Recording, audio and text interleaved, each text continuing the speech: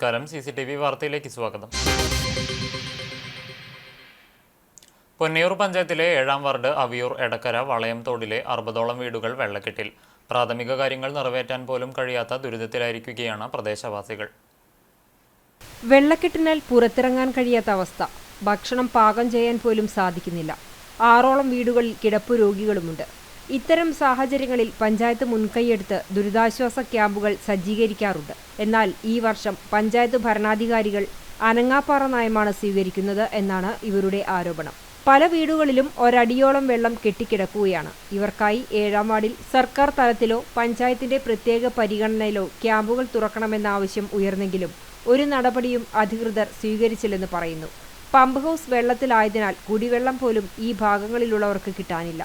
എത്രയും പെട്ടെന്ന് അധികൃതർ ആവശ്യമായ നടപടികൾ സ്വീകരിക്കണമെന്ന് സന്ദർശനം നടത്തിയ Ummer Mukkandath, RP Basheer, Shanmughan മാങ്ങാടി, Munash Machingal, PT Rafi, VS ചന്ദ്രൻ എന്നിവർ ആവശ്യപ്പെട്ടു. കനത്ത മഴയെ തുടർന്ന് കീഴൂർ കാക്കത്തുരുത്ത് വെള്ളത്തിൽ മുങ്ങി. 30ഓളം കുടുംബങ്ങളാണ് കുന്നംകുളം നഗരസഭയുടെ 2ാം വാർഡിൽ പ്രതിസന്ധിയിലായിരിക്കുന്നത്.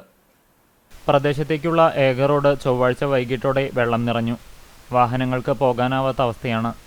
ഇവിടെ താമസിക്കുന്ന 30ഓളം കുടുംബങ്ങളിൽ പലരും വെള്ളപ്പൊക്ക ഭീഷണി കാരണം ബന്ധുവീടുകളിലേക്ക് താമസം മാറി. മാറാൻ സാധിക്കാത്ത പലരും വെള്ളം കയറിയ വീടുകളിൽ തന്നെ കഴിയുകയാണ്. 2018 വലിയ വെള്ളപ്പൊക്കത്തിലാണ് കാക്കത്തുരുത്ത് ആദ്യമായി മുങ്ങിയത്. തുടർന്നിങ്ങോട്ട് എല്ലാ വർഷവും കനത്ത മഴയിൽ ഇവിടെ വെള്ളം കയറാറുണ്ട്. പാടത്തിനോട് ചേർന്ന് നിൽക്കുന്ന വീടുകളിലാണ് ആദ്യം വെള്ളം കയറിയത്. കീഴൂർ വെട്ടിക്കടവ് പാടശേഖരത്തിനോട് ചേർന്നാണ് കാക്കത്തുരുത്ത് സ്ഥിതി ചെയ്യുന്നത്. വരും ദിവസങ്ങളിൽ മഴ ശക്തമാവുകയാണെങ്കിൽ ഇവിടുത്തെ മുഴുവൻ വീടുകളിലേക്കും വെള്ളം കയറും.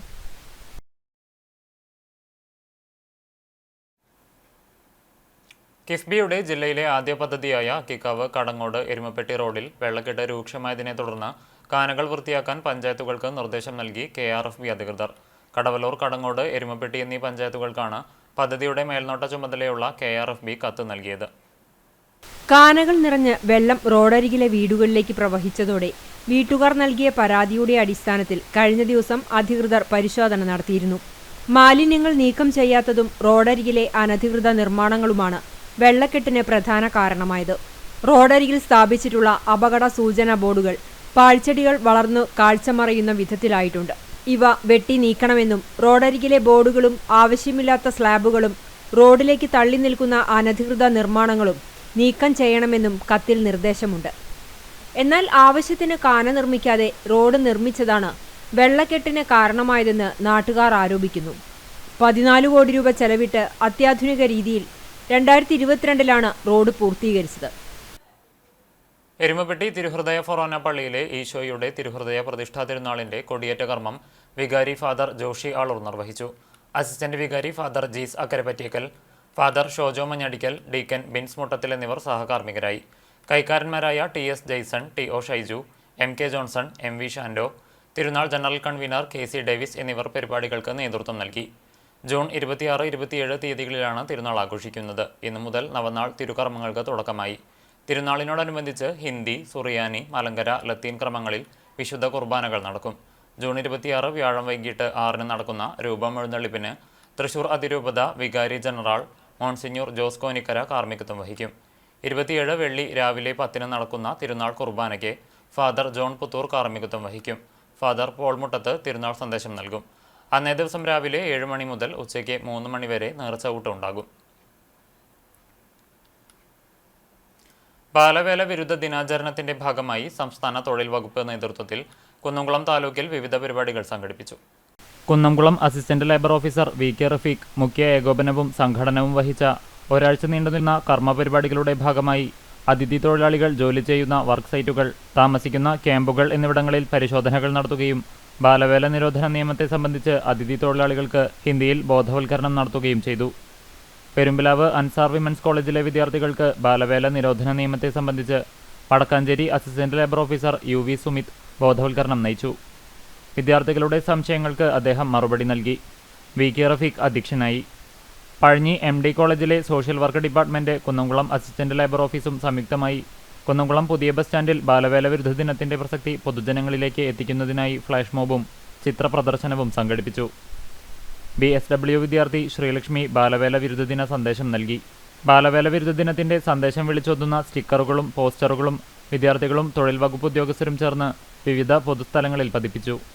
സംസ്ഥാന സർക്കാർ തൊഴിൽ വകുപ്പ് വിദ്യാർത്ഥികളെ ഉൾപ്പെടുത്തി ആവിഷ്കരിച്ച ഒരാഴ്ച നീണ്ടുനിന്ന കർമ്മപരിപാടികൾ പൊതുജനങ്ങൾക്ക് നവ്യാനുഭവമായി.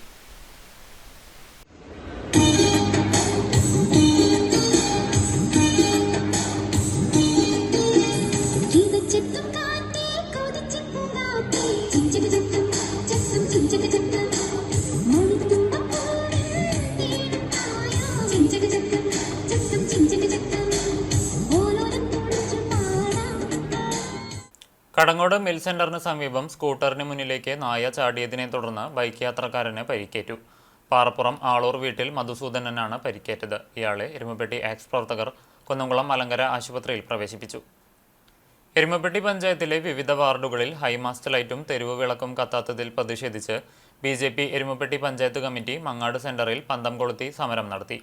MP-യുടെയും പഞ്ചായത്ത് അധികൃതരുടെയും അനാസ്ഥ തുടരുകയാണെങ്കിൽ ശക്തമായ പ്രതിഷേധവുമായി BJP മുന്നോട്ടു പോകുമെന്ന് ഉദ്ഘാടനം നിർവഹിച്ച എരുമപ്പെട്ടി മണ്ഡലം മുൻ ജനറൽ സെക്രട്ടറി രാജേഷ് കൂട്ടഞ്ചേരി പറഞ്ഞു. എരുമപ്പെട്ടി പഞ്ചായത്ത് കമ്മിറ്റി പ്രസിഡന്റ് സുഭാഷ് ചന്ദ്രൻ അധ്യക്ഷനായി. മണ്ഡലം ജനറൽ സെക്രട്ടറി വിഷ്ണു അമ്പാടി, സതീശൻ ചേറ്റൂട്ടി, മനീഷ് വള്ളിക്കാട്ടിരി, ഉദയൻ, വന്ദന എന്നിവർ നേതൃത്വം നൽകി. എന്ത് പ്രതിപക്ഷ ധർമ്മമാണ് ഈ പഞ്ചായത്തിൽ കാഴ്ചവെച്ചിരിക്കുന്നത് എന്ന് നാം പരിശോധിക്കണം. ആ നടത്തിയിട്ടുള്ള സമരത്തില് ഈ കോൺഗ്രസിന്റെ മുഴുവൻ മെമ്പർമാരും അതിൽ പങ്കെടുത്തിട്ടുണ്ടോ എന്നുള്ളത് നാം പരിശോധിക്കണം. വെറും അഡ്ജസ്റ്റ്മെന്റ് ഭരണമല്ലാതെ ഒന്നും തന്നെ ഈ എരുമപ്പെട്ടി ഗ്രാമപഞ്ചായത്തിൽ നടക്കുന്നില്ല. ഇവിടെ പ്രതിപക്ഷമില്ല. പ്രതിപക്ഷത്തിന്റെ ധർമ്മം നടത്തേണ്ട ഇവിടുത്തെ കോൺഗ്രസ് പാർട്ടി CPM-ന് ഒത്താശ ചെയ്തുകൊണ്ടാണ് ഇവിടുത്തെ ഭരണം മുന്നോട്ട് പോകുന്നത്. നമുക്കറിയാം, കുറച്ച് നാളുകൾക്ക് മുമ്പ് ഈ എരുമപ്പെട്ടി ഗ്രാമപഞ്ചായത്തിന്റെ പ്രസിഡന്റ് ആരാന്ന് ചോദിച്ചാൽ മരത്തംകോട് ഗവൺമെന്റ് ഹയർ സെക്കൻഡറി സ്കൂളിൽ +1 പ്രവേശനോത്സവം നടത്തി. സ്കൂൾ ഓഡിറ്റോറിയത്തിൽ വരവേൽപ്പ് 2025 എന്ന പേരിൽ നടന്ന പ്രവേശനോത്സവത്തിന്റെ ഉദ്ഘാടനം കടങ്ങോട് ഗ്രാമപഞ്ചായത്ത് പ്രസിഡന്റ് മീന സാജൻ നിർവഹിച്ചു. School PTA president Rajula Abdul Wahab അധ്യക്ഷത വഹിച്ചു. ജില്ലാ പഞ്ചായത്ത് അംഗം ജലീൽ ആദൂർ ചടങ്ങിൽ മുഖ്യാതിഥിയായി. ബ്ലോക്ക് പഞ്ചായത്ത് അംഗം KK മണി, പഞ്ചായത്ത് ആരോഗ്യ വിദ്യാഭ്യാസ chairperson Beena Ramesh, SMC chairman Sankaranarayanan, MPTA president Sunitha Aji എന്നിവർ സംസാരിച്ചു. സ്കൂൾ പ്രിൻസിപ്പൽ സ്മിത സ്വാഗതവും സ്കൂൾ ഹെഡ് മിസ്ട്രസ് ഷേർലി നന്ദിയും പറഞ്ഞു. തുടർന്ന് പുതിയതായി പ്രവേശനം ചെയ്ത വിദ്യാർത്ഥികൾക്കും രക്ഷിതാക്കൾക്കും ബോധവൽക്കരണ ക്ലാസും ഉണ്ടായിരുന്നു.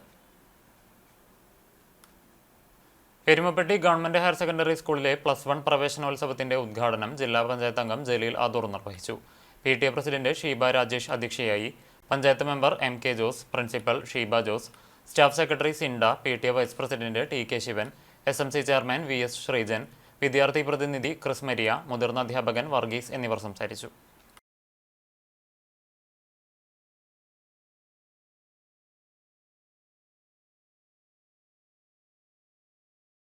മൂന്നാംകല്ല് അമ്പല പരിസരം മരണാനന്തര സഹായ സമിതിയുടെ നേതൃത്വത്തിൽ സേനാനായകനായിരുന്ന മുല്ലമംഗലം കേശവൻ നമ്പൂതിരി അനുസ്മരണം സംഘടിപ്പിച്ചു. മരണാനന്തര സമിതി ഓഫീസിൽ നടന്ന അനുസ്മരണ ചടങ്ങിൽ ശ്രീ പത്മനാഭപുരം മഹാവിഷ്ണു ക്ഷേത്ര കമ്മിറ്റി സെക്രട്ടറി ശിവരാമൻ നായർ അധ്യക്ഷത വഹിച്ചു. VA ഗോപി, വടക്കേക്കാട് ഗ്രാമപഞ്ചായത്ത് vice president Jilsy Babu, Mullamangalam Narayanan master, Francis Vadakkan തുടങ്ങിയവർ സംസാരിച്ചു. ഇന്നത്തെ സ്വർണ്ണവില നിങ്ങൾക്കായി സമർപ്പിക്കുന്നത് Malaya gold and diamonds, Malaya junction, Kunnamkulam. സ്വർണം ഗ്രാമിന് 9,250 രൂപ, പവന് 74,000 രൂപ.